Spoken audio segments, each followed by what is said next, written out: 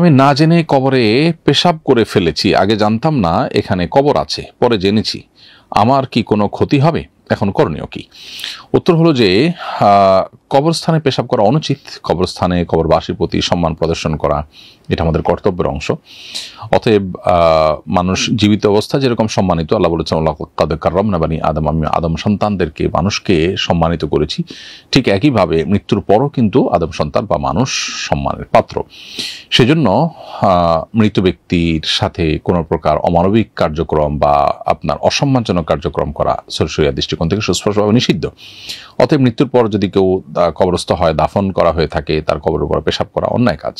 হ্যাঁ, আপনি না জেনে করেছেন, সেজন্য আশা করা যায় আল্লাহ তাআলার কাছে আপনার এর জন্য কোনো দায় থাকবে না এবং এর জন্য আলাদা কোনো ক্ষতিও আপনার হবে না। তবে আপনার পরবর্তী সময়ের জন্য সাবধান এবং সতর্ক থাকতে হবে, সচেতন হতে হবে এবং যেটি করেছেন সেজন্য তওবা করবেন।